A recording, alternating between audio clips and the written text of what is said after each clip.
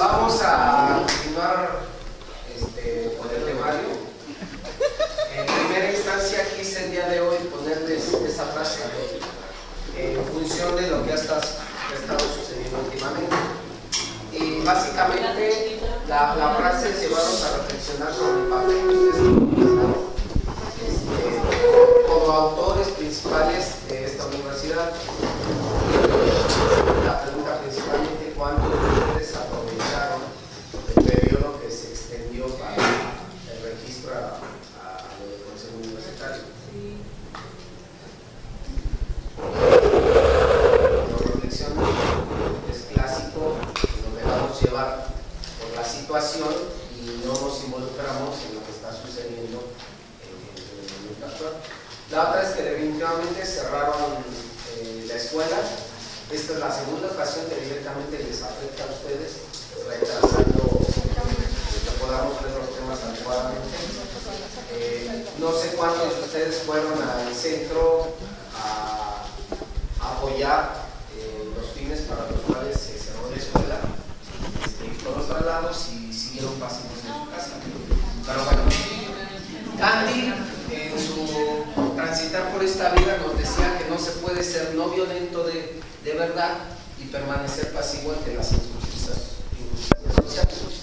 El gran anuncio del día de ayer fue que la matanza la ordenó la esposa del alcalde en Iguala, y eso nos habla sobre lo que nos podemos esperar en la presidencia, ¿no? Una tipa sin cultura que por azares del destino, a conveniencia de un partido de gobierno, llegó hasta donde está.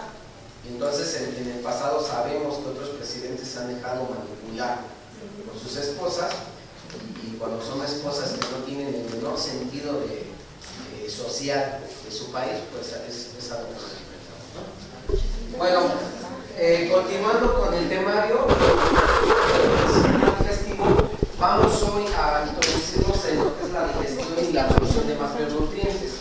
Este es uno de los aspectos importantes porque debemos conocer en términos generales cuál es la forma o cuál es la manera en que podemos nosotros conseguir esos nutrientes para realizar los ciclos vitales o en consecuencia metabolizarlos para que cumpla con una función específica a nivel celular. ¿Okay? Bueno, lo primero que hay que entender es en qué consiste el fenómeno de nutrición. Lidney, ¿qué entiendes por nutrición?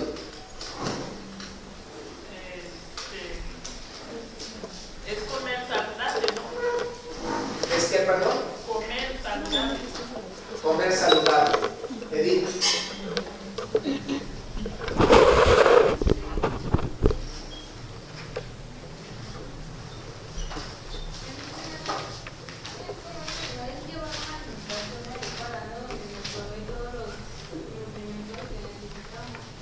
Dice su compañera, llevar una alimentación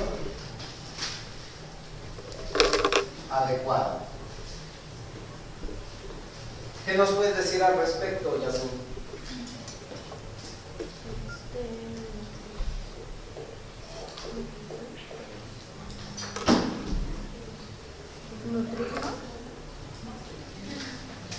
Nutrirnos. Y ya lo habíamos mencionado, no podemos repetir lo mismo. Pero bueno, en términos generales, al hablar de morfofisiología, vamos a definir a la nutrición como un conjunto de fenómenos mediante los cuales, ojo, se obtienen, se utilizan y se excretan las sustancias nutritivas. Por lo cual, no significa comer saludable, porque efectivamente podemos comer de forma no saludable y vamos a adquirir nutrientes, porque a final de cuentas son los elementos químicos que están presentes. Por otro lado, llevar una alimentación adecuada. No siempre llevamos una alimentación adecuada y nos estamos nutriendo. Y finalmente, pues efectivamente, una consecuencia de la nutrición es el nutrirnos. Bueno, la otra cosa importante que hay que tener en cuenta, ¿qué es un alimento? Verónica, ¿qué es un alimento?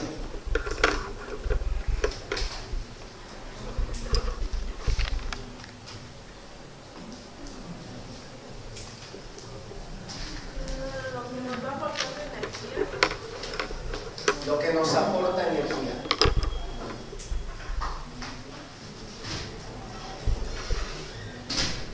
¿Qué nos podrías decir, Rubén?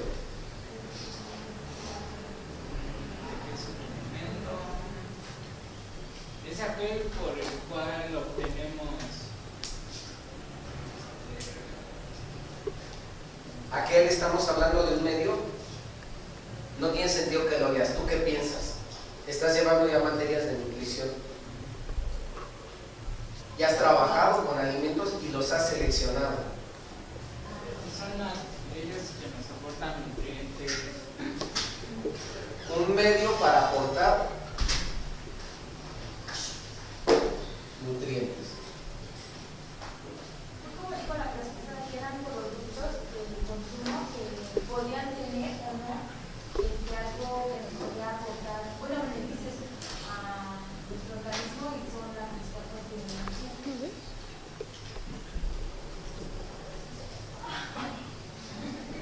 Ok.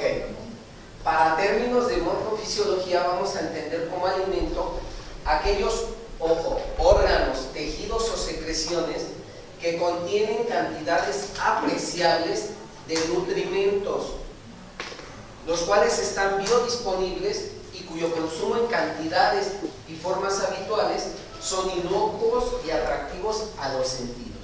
Y entonces hablamos de órganos, tejidos y secreciones porque efectivamente son ellos los que están involucrados en la adquisición de nutrientes. Y entonces vamos a hablar de alimentos básicos. Alimentos básicos son aquellos que claramente sobresalen en la dieta de un grupo determinado, por lo cual podemos encontrar diferentes tipos de alimentos. Es decir, en las zonas rurales, la base de los alimentos, ¿cuál es? Granos, frutas y verduras, básicamente. En las zonas ganaderas, el alimento básico lo constituye la carne. Pero encontramos otras regiones donde exclusivamente se consumen, por ejemplo, lácteos. De ahí, por ejemplo, la importancia que toma Holanda, que se hace famosa por toda la serie de productos derivados de los lácteos que procesan. Formamos grupos independientes con aquellas personas que se vuelven vegetarianas y que su fuente de consumo, el alimento básico, es ¿qué? Vegetales. ¿Sale? Y así podemos encontrar una serie de diversidades en las diferentes regiones del mundo, así mismo en las diferentes regiones de nuestro país. Ojo, para una determinada cultura, los alimentos básicos son de consumo universal y cotidiano. En la Ciudad de México, la vitamina T se ha convertido en un alimento básico.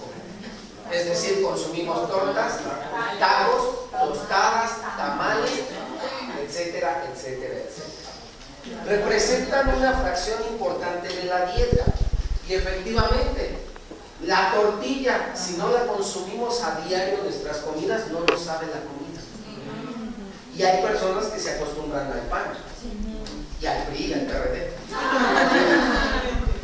Ocupan un lugar privilegiado en el afecto colectivo. En la ciudadanía de Estados Unidos es común consumir las hamburguesas y los hot dogs. Se aprecian. De hecho, si vas a Estados Unidos y no te comes una hamburguesa por allá, no fuiste a Estados Unidos. Lo mismo sucede en México. Quien viene a nuestro país y no come tacos, no vino a México. Hay que consumir tacos y tequila para decir, estuve ahí. Y efectivamente, Jacibe ahorita nos dice, el pozole. Ojo, el pozole tradicionalmente viene a suplir una manifestación cultural de festejo. El 15, el 16 de septiembre, normalmente la casa que no consumió pozole es que no son mexicanos. Pero puede suceder lo mismo con el pavo de Navidad. Y eso es en diversas culturas alrededor del mundo. Bueno, su consumo no causa hastío. Y efectivamente, ¿quién come cosas que no le gustan? Los niños pequeños, ¿no? Cuando son obligados por los papás. De ahí lo que les he estado comentando a lo largo del curso. Si no logramos que nuestros niños se enamoren de sus alimentos, van a llegar a la adultez con ese hastío. con ese sinsabor, con esas ganas de no consumir esos alimentos que muchas de las ocasiones ni siquiera conocen. ¿Vale? Ok. Presentan resistencia a la sustitución. Es decir, no es lo mismo hacernos una guajolota con el bolillo a que nos avienten el tamal en una tortilla de harina.